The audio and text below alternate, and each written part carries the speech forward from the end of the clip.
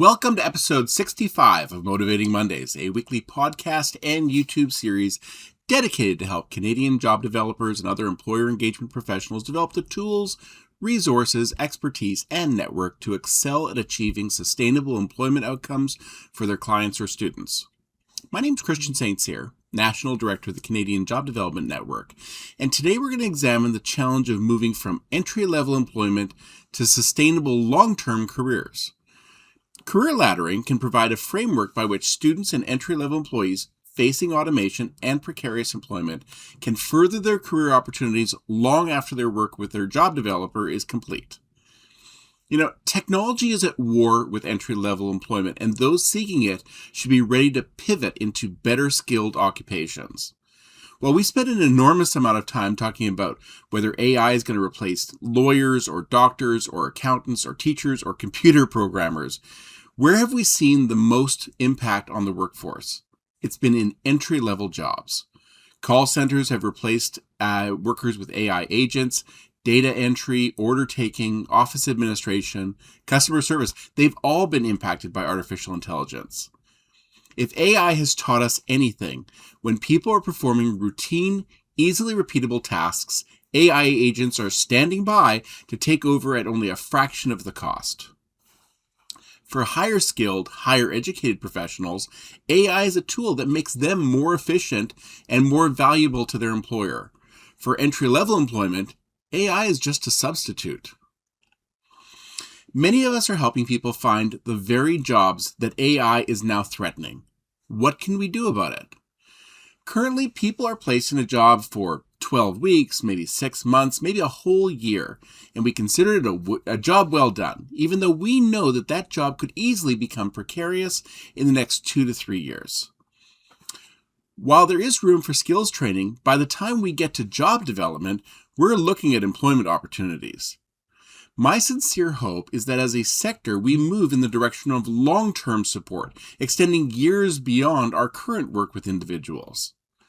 While the funding may not be available right now, I believe we're in a unique position to be able to caution our clients or our students to make proactive choices with their own career.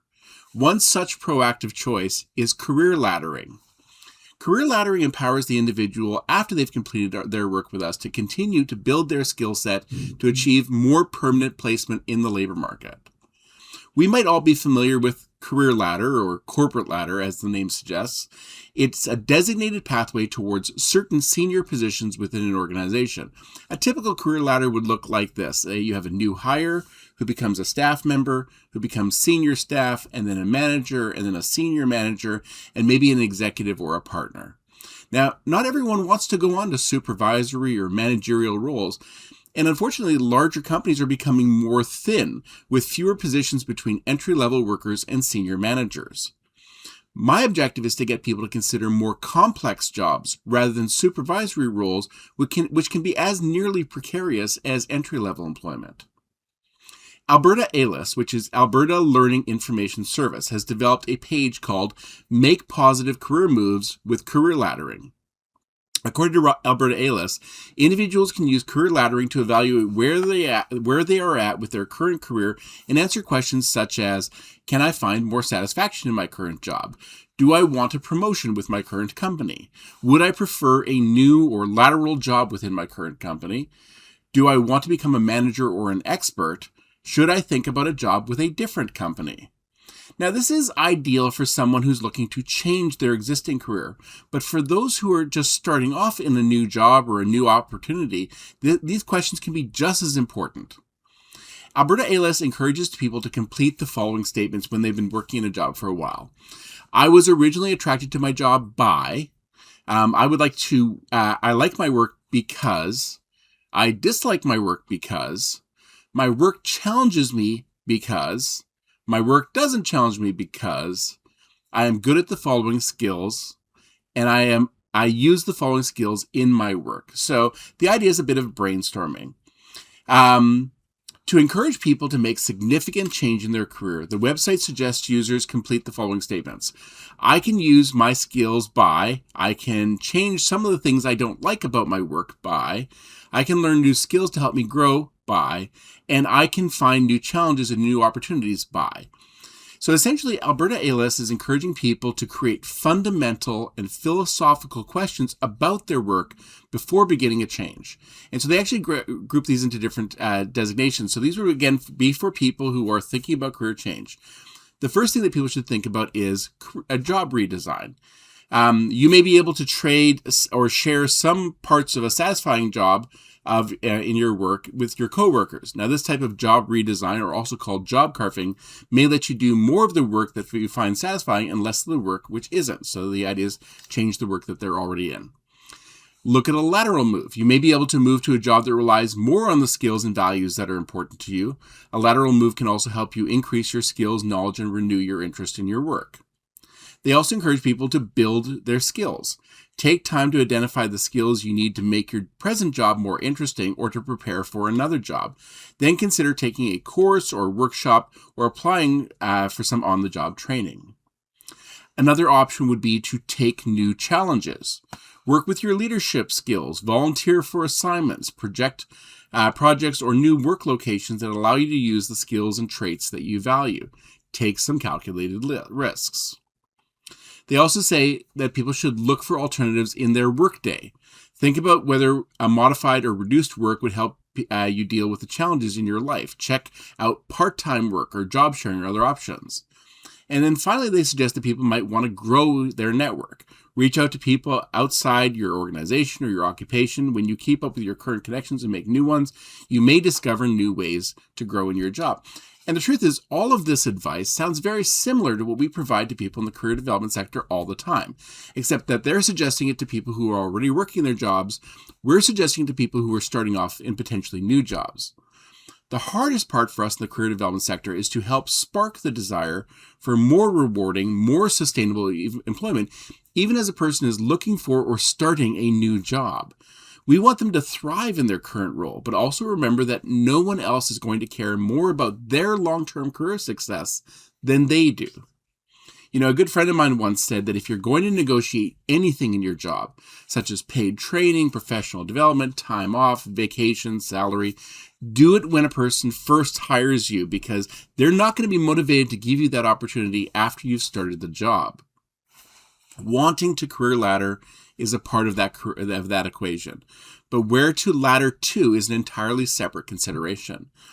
There's a fantastic resource out there put forward by the Workforce Development Board, part of Launch Kawartha, which has developed career ladders for multiple sectors. And they have career ladders for accommodation, agriculture, arts, entertainment, and recreation, aviation, 2 for construction, 1 for construction generally, and 1 for construction in infrastructure planning, 1 for food service, 1 for manufacturing, 1 for retail, and 1 for transportation.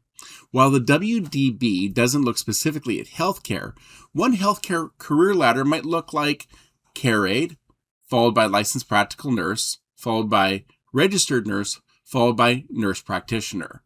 Now, while different nursing stakeholders will argue that all nursing areas are separate fields of practice, there are others in the healthcare sector, including educators, who not only support this as a viable pathway, but have corresponding programs to support participants in upskilling into those occupations. A career ladder for something in accounting might look like payroll administrator, followed by bookkeeper, followed by chartered professional accountant. In human resources, it might be HR generalist, HR manager, HR business partner, HR director, vice president of HR, or chief human resources officer. Even for something like construction, a person might start off as a laborer, but eventually complete a pre-apprenticeship program in carpentry and eventually a Red Seal ticket as a carpenter. It's not to say that people need to complete every rung of the career ladder. It's aspirational. We want people to see that they can go on to roles that have higher skill levels and therefore enjoy better wages, job security, and employment stability. For those of us who've worked in the career development sector for many years, we've seen the clients who come back and utilize our services every few years. We're able to get them into the job market attachment, but eventually, because maybe they're unsuited to the role, or the industry is in decline, or perhaps automation is taking hold, we see them coming back to us again and again. Sustainable employment is not measured in weeks or months or even years. Sustainable employment is measured in the value a person gains to their employer or to their industry the longer they work in the sector. We've all seen the client who says, "I just want to get back to work." That is a reasonable statement. We're not only in a position to support them in achieving that objective, but also inspire them to take that first rung in a career ladder where they can enjoy better employment opportunities for years to come. Just to let you know, this is the last week to register for developing a comprehensive approach to effective job development and still benefit from the 35% discount on registration. The deadline to register is just this Thursday, July 16th. Hundreds of job developers have taken this training and will be taking place online on 5 separate days for 5 separate time zones. So Monday, September 21st is the Pacific time zone. Tuesday, September 22nd is the Mountain time zone. Wednesday, September 23rd is the Central time zone. Thursday, September 24th is the Eastern time zone. And Friday, September 25th is the Atlantic time zone. In all cases, we're doing the workshop from 9 until 3 p.m. local time. If you'd like more information, just visit jobdevelopment.org/pro-d, or you can just send me an email. My email address is cstcyr@labormarketsolutions.ca. Thank you so much for joining us. These sessions are available on YouTube and most podcast platforms. Just search for Motivating Mondays wherever you download podcasts and subscribe, like, or share. This actually does help career professionals and other job developers from across Canada find this podcast or YouTube video. And more importantly, we do these sessions live and for free every Monday morning on Microsoft Teams with job developers from across Canada. And it'd be so great if you could join us. Just go to jobdevelopment.org to learn more. Or if you have any questions, send me an email. My email address again is cstcyr@labormarketsolutions.ca. Thank you so much for your time, and I hope you have an amazing week.